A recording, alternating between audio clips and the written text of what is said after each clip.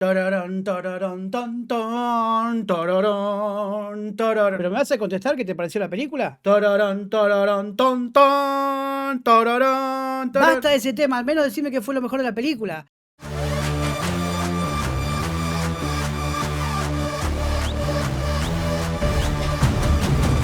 Aló, gente, bienvenidos a un nuevo video de Lean, acá en mi canal Lean de la Sabia, donde yo hablo de cosas que me apasionan y nada me apasiona tanto como Star Wars. En este video voy a estar hablando primero sin y después con spoilers sobre la película de Mandalorian y Grogu. ¿Por qué esto es una película? ¿Valió la pena verla en el cine? Sé que es un nombre raro para un título del video, pero es realmente lo que me pareció interesante hablar. Porque no solamente quiero hablar de la película, sino de lo que está pasando con Star Wars actualmente. Obviamente el video está dividido en partes por si estás ansioso y no querés dejarme llegar al punto, pero tengo mucho para decir. Así que si te gusta o te sirve, no te voy a darle me gusta, que sirve un montón. Ok, primero que nada necesito hacer un poquito de background personal para que se entienda a lo que voy. Yo soy de la segunda ola de verdaderos fans. Tengo 42 años. Yo nací entre las originales y las precuelas. De hecho, la verdadera fan de la primera ola que me hizo fan a mí fue mi mamá. Yo no vi las originales en cines, pero las vi en VHS y sí vi las precuelas en cine. Y no te digo que amé las precuelas más que las originales porque te mentiría, pero me encantaron. Y cuando era chico era demasiado fanático de Star Wars, a niveles de que era la época dorada también respecto a cómics y juegos. Después vinieron las secuelas.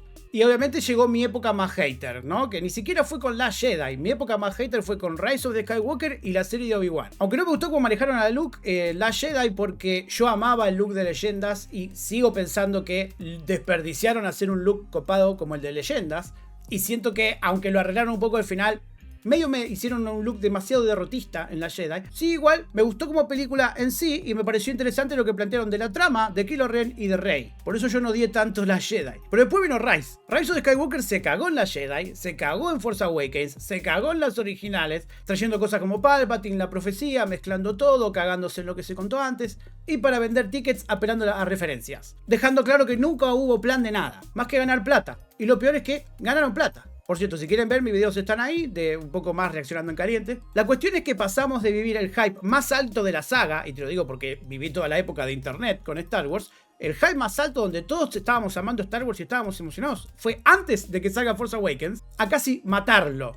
Más bajo que nunca, después de Rise. Y no lo digo porque quiero tener razón, lo digo porque hubo muchas decisiones desde Force Awakens hasta Rise of the Skywalker, pasando por Last Jedi y Solo, que hizo enojar a mucha gente por diferentes cosas. Y eso es lo que generó, entre otras cosas, que no haya más películas de Star Wars hasta hoy. Ese es el mayor motivo, porque hubo otros. Yo viví todas las épocas de fans en internet, diciéndole a otros que no son fans. Yo también era de esos, pero ya no más. En especial cuando había muchos de la generación de Rey en la posición en la que estaba yo con las precuelas. Yo defendía las precuelas, de la primera ola de fans que la odiaban porque cambiaban cosas, porque Anakin actuaba mal, porque no condecía con el tiempo. Entonces cuando lo vi de afuera dije, no, pará, sí, Disney es un gran problema, pero yo no voy a atacar a los fans. Además, está claro que cada época, por no decir década, ofreció algo distinto a un público distinto, a veces, por no decir casi siempre, cagándose en lo anterior. Y por culpa de esto, hoy en día está lleno de fans que quieren cosas distintas. No sé si somos el peor fandom, pero sí es verdad que somos el menos coherente y difícil de complacer por esto. No hay manera de que algo le guste a todos. Entonces, ¿quién decidió que esta sea la película con la que Star Wars vuelve a cines? Fue Kathleen Kennedy en el año 2023, cuando todavía era la jefa a cargo de la parte creativa. No es decisión de Dave Filoni como mucha gente cree. También aclaro que esto es distinto a la película de Dave Filoni que se anunció hace varios años que iba a salir, ¿eh? Esta no es la película de Dave Filoni. Para el que no sabe, se había anunciado que Dave Filoni iba a cerrar el Mando y el Ahsoka verso en una película luchando contra Tron.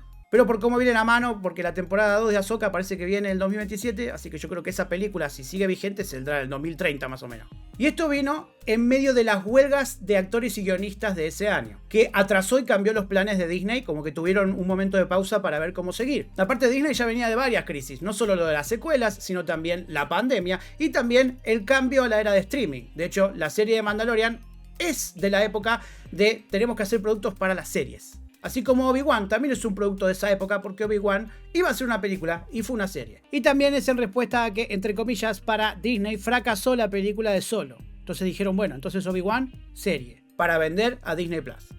Ahora, ¿por qué Mandalorian y Grogu salen en cines en vez de Disney Plus? La respuesta básica es para ganar plata, obvio. Necesitan que Star Wars vuelva a cines para ganar plata. Pero la justificación que se dio es que ya era hora de que Star Wars vuelva. Porque ya hacía muchos años en las que no había películas. Y Mandalorian y Grogu era el producto más conocido y culturalmente impactante del último tiempo después de las secuelas. es Disney queriendo usar literalmente el mayor producto que tenían en el banco de suplentes, o sea, las series, para levantar la imagen de Star Wars, claramente jugando a lo seguro, y respondiendo a muchas de las quejas de la gente de la última década, de las que más adelante voy a hablar más en específico. Pero ojo, todos en el estudio saben que esta película no va a recaudar ni la mitad de las secuelas, No por nada tiene menos presupuesto que la película de Solo. Y antes de que salgan los haters de siempre, te voy avisando. El primer fin de semana recaudó lo mismo que salió.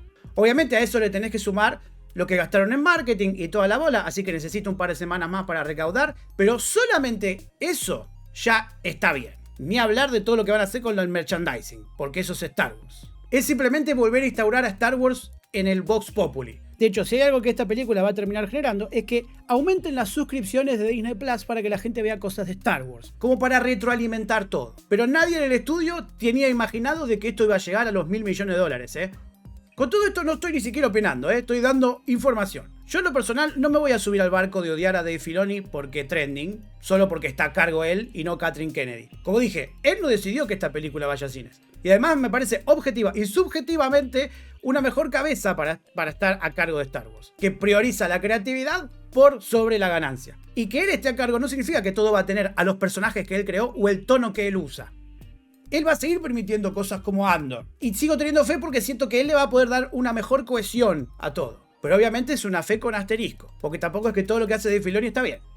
La cuestión es que aprovecharon la huelga de guionistas para reescribir la temporada 4 de Mandalorian para hacer la película. Lo hicieron tanto Jon Favreau como Dave Filoni. Obviamente, ¿qué tuvieron que hacer? Acortar la trama un poco y hacerla más para que la entienda todo el mundo que no vio la serie. Le subieron el presupuesto para que haya más escenas de acción, y se nota. Y al ver la película te das cuenta que no necesitas haber visto nada de lo anterior. Ni siquiera necesitas haber visto las otras películas. Pero si las viste, tanto la serie como las películas, se enriquece todo. Que es un poco lo que tiene que hacer Star Wars, Ahora, el tronco de que esto es una temporada se nota a leguas. No es que lo adaptaron tanto, Le ves hilos. Parecían mini historias autoconclusivas que como mínimo se dividen en 4 historias. Y era hasta gracioso estar viendo la película y decir, acá terminaba el capítulo. Porque son escenas claras donde la nave aterriza en un planeta y hay transición a negro, ¿me entendés?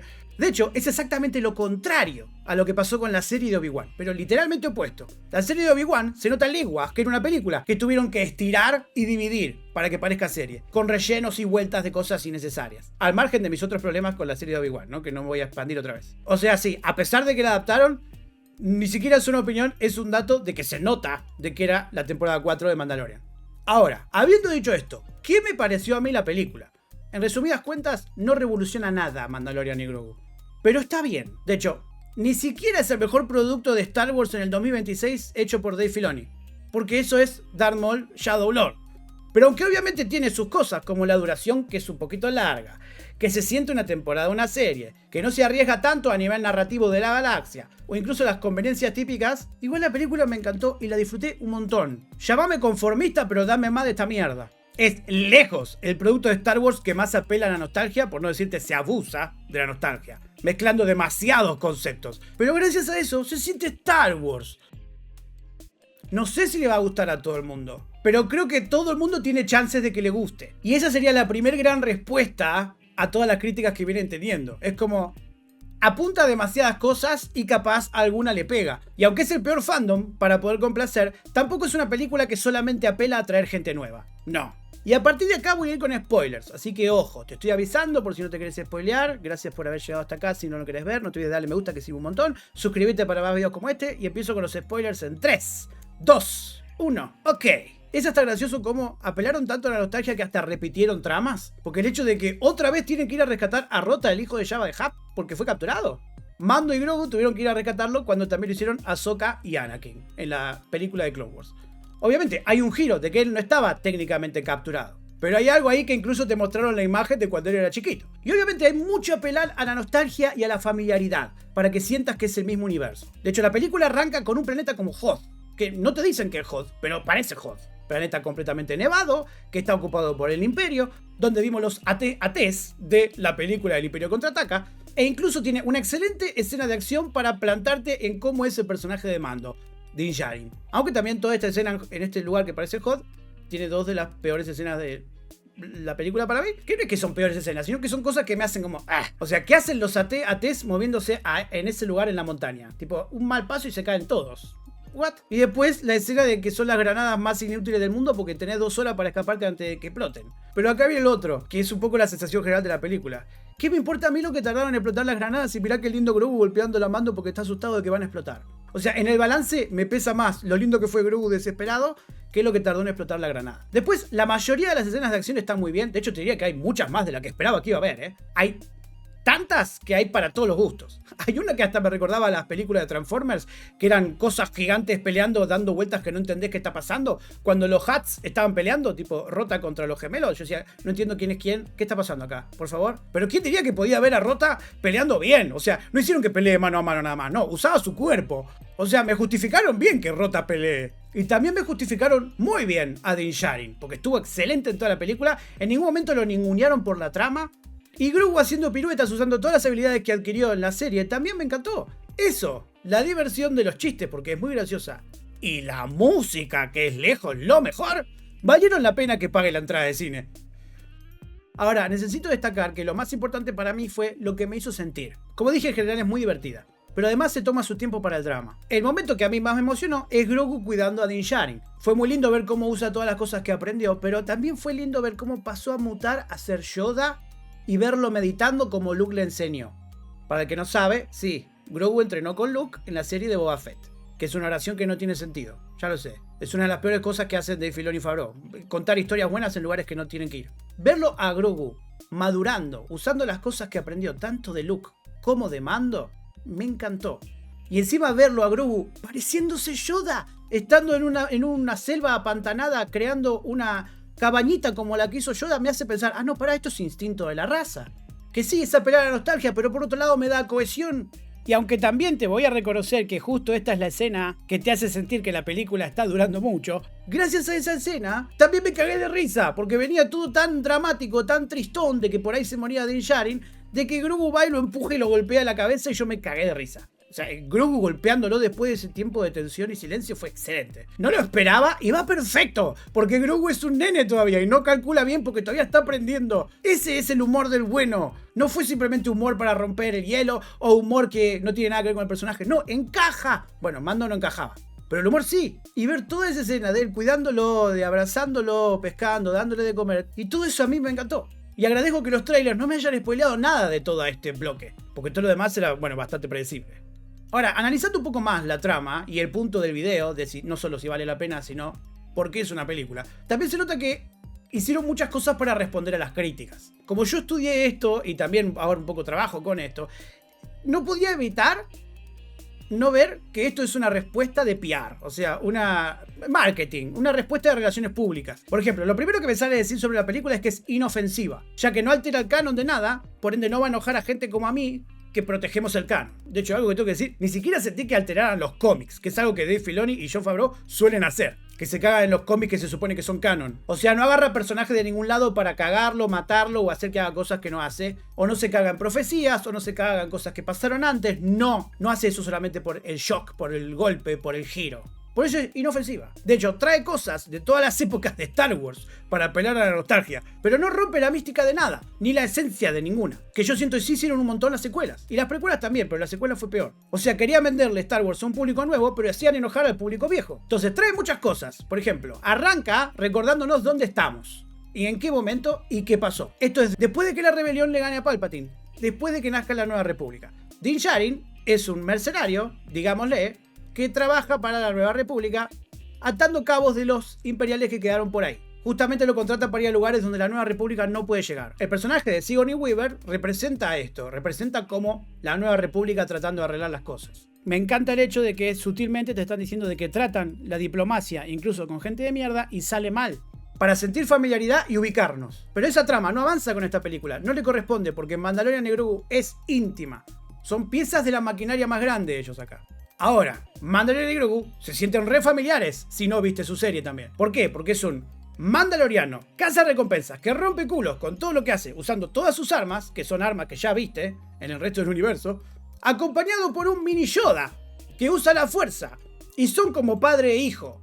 Y obviamente también hay muchas criaturas con las que tienen situaciones bobas, pero divertidas y peligrosas.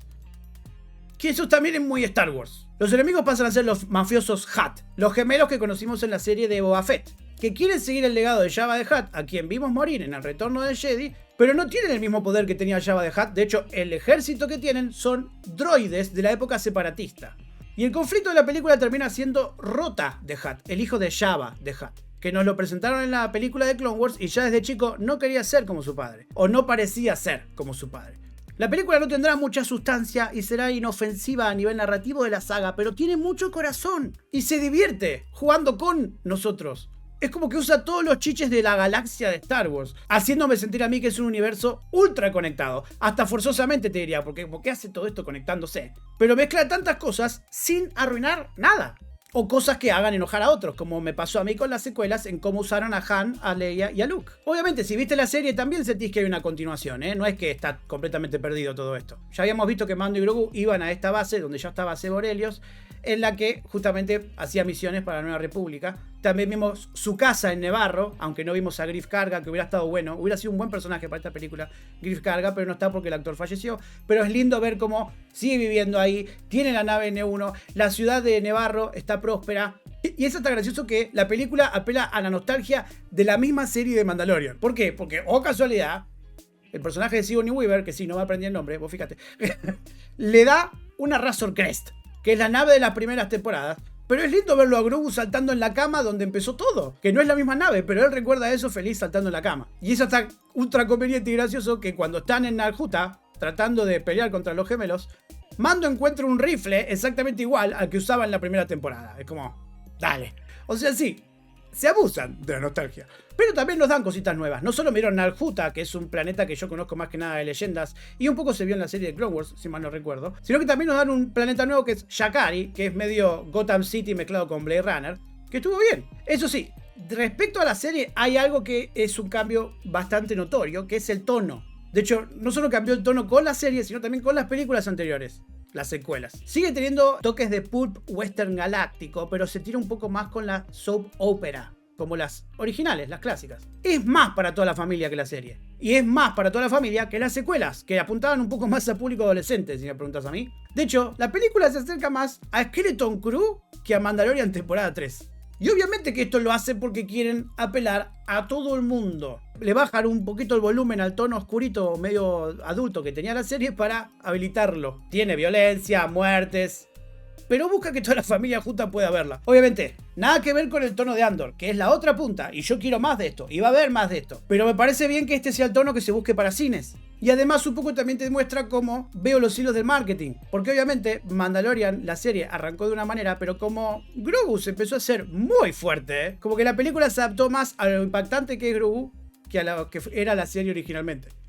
Porque sí, hablando de eso, obviamente nos llena de personajes para vender juguetes, que es lo más necesario para una película de Star Wars. Empezando obviamente por Grogu, que seguramente se debe estar vendiendo Grogu por todos lados. Pero también la película hace un trabajo que no esperaba de recordarnos que siempre esto fue diversión para toda la familia con maquetas y marionetas. Amo que la película reivindique las marionetas.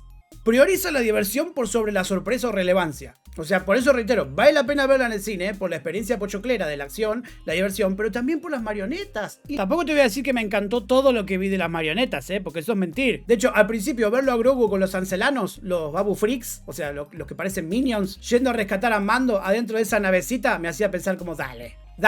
Pero después empecé a sonreír porque verlos era divertido. Y los ancelanos son así. Y la saga es así. Mirá si me voy a enojar si cuando estaba viendo la película decía, ¿qué estoy haciendo? Si esta es la misma película que a mí me hizo reír de chico cuando los Ewoks tirando piedras le ganaban al Imperio. Entonces, ¿con qué cara estoy diciendo que cualquiera? Es parte de la magia, por más que a muchos no les guste. Y por más que a mí tampoco me encante. Pero creo que lo que hicieron con la marioneta de Grogu es genial. Porque es incluso a veces divertido ver sabiendo que es una marioneta. De hecho, hay tantas criaturas, que acá vengo de vuelta con la premisa.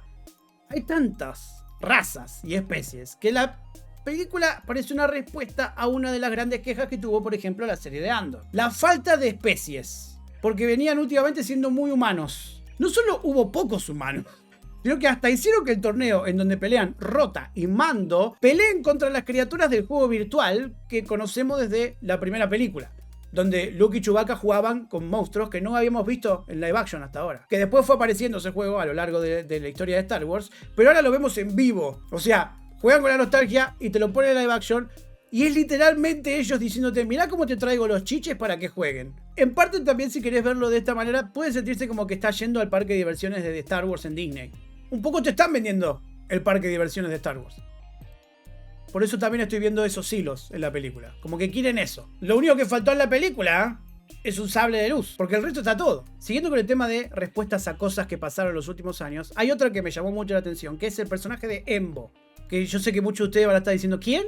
El cazarrecompensas, el que sería el mercenario. Embo, para mí, suena como una respuesta a lo maltratado que estuvieron Cad Bane y Boba Fett en la propia serie de Boba Fett. Con Cad Bane, para mí, y creo que para muchos más, por lo que vi en redes y en los comentarios de mis videos, no supieron representar la vibra del personaje en live action. Sí, el actor de voz vino y lo interpretó bien, pero apareció y no transmitía lo mismo y murió de una manera paupérrima. Y a Boba lo queríamos ver medio como Mando y terminó siendo un antihéroe. Que es como, bueno, dale, te entiendo, pero no sé si es lo que quería ver. Acá, Embo, en esta película, también es un personaje mercenario que viene de la época de Clone Wars, como Cad Bane y Boba Fett. Aunque de hecho es una lección muy del fondo del tarro. Pero en la película se la pasa farmeando aura. Todos los planos donde él está son cine. Todas las escenas de acción con él son buenísimas. De hecho, me parece muy bien cómo manejaron el hecho de que Mando no la tiene fácil con él, porque de hecho tiene mucha más experiencia que Mando. Y en vez de matarlo de una manera estúpida, lo que hicieron fue que el tipo reconozca, no, yo acá no tengo nada que ver, yo acá vine porque me pagaban. Y se fue. Y a mí me gusta, porque esa es la cultura de los cazarrecompensas. Si esto continúa, si Mando y Embo se vuelven a encontrar en el futuro, no se van a odiar, porque van a reconocer que era parte del trabajo. De hecho, fue hasta gracioso que cuando Mando le quería hablar a Embo, Embo le dijo, cállate, ya viví esto 1000 veces. Mejoraron un personaje en vez de arruinar un buen personaje. Y hablando de extraterrestres y de nostalgia, no puedo no hablar de Zeb Orrelios, personaje muy querido de la serie Rebels, que lo hicieron aparecer de hecho más de lo que yo esperaba en la película, porque no esperaba ver la escena del pasillo con él peleando, diciendo, estoy viendo Rebels. Lo único que me faltó de Zeb Orrelios es que diga Carabast. Ahora, Zeb también es medio una respuesta a una crítica, principalmente de qué onda por qué Zeb no apareció en la serie de Ahsoka. Y ahora lo hacen aparecer, aunque todos queremos que sea en el otro lado. Pero para mí estuvo muy bien acá. Es re lindo como Zeb Orrelios tiene una aventura con un mandaloriano que le recuerde a Sabine. De hecho, este hasta puede ser, y soy yo sobreanalizando, el motivo por el que Zeb esté con Mando es porque él puede y confía en los mandalorianos. Y también está con un nene sensible a la fuerza como Ezra, que es tan caótico como Chopper. Y por eso se ríe con él. Y de manera linda, irónica, Zeb Orrelios ahora ocupa el lugar de Hera Syndulla. Ahora él es el líder, ponele, el capitán. Pero a su vez también es Chewbacca. Y eso es lo lindo del personaje de Zeb Orrelios, porque fue un personaje que era el primer diseño de Chewbacca. Esto es de la época de George Lucas. Y yo entiendo que te esté dando miedo ver esta imagen, pero como que hay poesía acá, en que Zeb Orrelios ahora está haciendo literalmente Chewbacca. Por eso siento que con muchas cosas, y capaz soy yo que soy un pelotudo que sé un montón, abraza todo de manera poética para mí. Aunque esté lejos de ser una gran película, lo siento más que nada una celebración de todo el universo para reintroducirlo a cines. Como diciendo, mirá, esto es el campo de juego. ¿Podría haber sido mejor? Obvio, nadie te lo va a negar. Pero la declaración de intenciones fue clara para mí. A más pienso en esto, más van con la búsqueda de que haya sido esta la película por volver a cines. Obviamente, las personas que solamente quieren ver cómo el universo avanza no van a ganar nada con esta película. Pero me parece un buen intento de limpiar la imagen de Star Wars. Reintroducirlo en la nueva generación sin cagar nada de lo anterior. Y que mantenga lo importante, diversión. Pero si me pongo a hablar de tramas y sobreanalizar, otra cosa que se siente muy Star Wars es que la película habla del legado, que es una de las grandes, por no decir la tesis de la saga. Tanto Rota como Grogu no quieren ser como le dicen o como eran sus padres, Jabba y Yoda. Ya sé que Yoda no es el padre de Grogu per se, pero se entiende a lo que voy. Con Grogu queda claro que con su historia con Luke, en la serie de Boba Fett, reitero, tampoco quiere ser Jedi. Y es gracioso si lo pensás que Grogu vio más Jedi que Luke. Así que quién sos vos para decirle, ¿no? Pero bueno. Grogu ahora es más una mezcla de Luke y Yoda con Mando. Y Rota no quiere ser el líder mercenario al que todo el mundo le temía como era su padre, ni tampoco quería volver porque sabía que lo iban a matar. Él quería ser libre. Y terminó siendo libre, teniendo agencia de su propio futuro. Ahora va a pelear junto con la Nueva República. Con ambos personajes te están diciendo lo mismo que te decían con Luke. Vos no estás destinado a nada. Vos tenés que tener injerencia sobre lo que vos querés. De hecho, vi en redes gente diciendo que no hay un viaje o no hay un cambio en los personajes de Mando y Grogu, perdón, pero es mentira. ¿No avanza la trama a nivel galaxia? Sí. ¿No habrá el típico camino del héroe? Sí. Pero hay desarrollo. A Mando, Din Djarin, lo vimos en todas las temporadas anteriores sobre protegiendo a Grogu. También lo hace al principio de la película. No deja que toque nada, no deja que pelee. Y algo que no dice la película, pero igual es como que enriquece, no que es necesario, es que cuando Mando dejó que Luke se lleve a Grogu para entrenarlo, Grogu no podía aprender porque no dejaba de pensar en Mando. Que es un poco lo que le pasaba a Luke con Leia y Han. Luke con Grogu terminó teniendo un poco lo mismo que Luke tuvo con Yoda. En esa escena está clara la elección de que él tiene que elegir o el Beskar de Mandaloriano o el sable de luz, y elige el Beskar. Porque quería ir con Mando, pero además porque era muy caótico para entrenar de la manera Jedi. Esto es un contexto para el que no lo vio, pero tampoco es que es necesario entenderlo. Lo digo yo porque me gusta. En la película es la primera vez que Grogu usa todo lo que aprendió de Mando y Luke para sobrevivir. Y, obviamente, cuidarlo a Mando. Hizo cosas que nos sorprendieron incluso a nosotros, que vimos todo lo que hizo Grogu. Por ejemplo, este momento de Grogu meditando es el que me hizo mierda en la película. Me largué a llorar fuerte por todo lo que representaba, porque soy muy sensible, primero que nada. Segundo, porque amo Star Wars. Porque esto no es solamente nostalgia. Te está demostrando que no solo no se olvidó lo que Luke le enseñó, sino que tuvo que meditar para calmarse y empezar a concentrarse, porque ahora todo depende de él. A él le gustaba estar con Mando porque se podía divertir y confiar en él. Ahora que tiene que estar a la altura es él. Y verlo meditando es eso. Te muestra que Grogu cambió. Te muestra que Grogu no es tan idiota, no es tan inocente como creíamos. Aprendió, escucha. Y aunque es muy caótico, sabe cuándo tiene que estar presente. Obviamente yo lo disfruto más por toda esta construcción que te conté, pero también porque ahí nos olvidamos de Yoda a veces. Yoda puede ser serio como eran las precuelas, pero también puede ser caótico como eran Dagobah con Luke. Ahora Grogu empezó un poco eso. No va a ser como el Yoda de las precuelas, tampoco va a ser como el Yoda de las originales. Grogu es libre porque no está atado a la religión como Yoda estaba. Y de hecho, todas las cosas que hace, las hace usando las cosas de ambos mundos. No por nada, usa la fuerza, usa las granadas, usa el Beskar. Aunque es muy gracioso verlo poniéndose el Beskar acá cuando lo más grande que tiene es la cabeza. Como dale, cualquier persona desde arriba lo primero que le da es la cabeza, pero bueno. El tema es que le pones un casco a Grogu y rompes todo. Y fue muy lindo también ver cómo Grogu usó todos los poderes que aprendió en las temporadas, ¿no? Porque usó el poder de curación que ya habíamos visto que hacía, y me gustó el hecho de que no te digan que está overpowered, o sea, no es súper poderoso el poder de la curación, porque pudo curar la herida, pero no el veneno. También lo vimos calmar a la criatura, lo vimos saltar, lo vimos empujar cosas, traer cosas, pero todo es más que nada para ayudar, nunca es eligiendo la violencia. Por eso te das cuenta que no se está corrompiendo por el lado oscuro. Y además porque está siendo guiado por Mando, que él también usa la violencia, pero él te deja claro que prefiere no usarla. Y eso es lo que Grogu captó, es lo que necesitaba tener, es lo que hace que alguien sensible a la fuerza pueda caer en el lado oscuro, si no tiene un guía como él. Es más, hubo tanto progreso con Grogu que dije, uy, ahora es cuando va a hablar. Ahora es cuando por lo menos voy a escuchar su primera palabra. Pero todavía no pasó. Se la guardaron. Para mí hubiera estado bueno, ¿eh? Y al final, Mando vuelve a estar vivo. Está bien que no le dice gracias cuando se levanta, pero le dice this is the way. Que la película no te plantea esto, y acá la cagaron. Pero el hecho de que te diga this is the way, esta es la manera, es muy importante para el credo de Mandalorian en el que Din Djarin está. Al decirle esto a Grogu, le está diciendo, sos mandaloriano. Que vos decís, capaz que no es tan fuerte como un gracias para alguien que no está al tanto, pero es más fuerte para el que sí sabe. El hecho de que el joven cuida al viejo también es una de las tesis de la saga. Y Mando, para el final de la película, tenía la opción de escapar y tenía la opción de tomarlo a él como un igual. Y termina decidiendo tomarlo a él como un igual porque sabe que si se escapan, van a escapar toda su vida. Entonces, enfrentémonos a la responsabilidad. Nunca le enseñó cosas como manejar la nave porque lo subestimaba, porque lo veía caótico, pero ahora vio que estaba a la altura.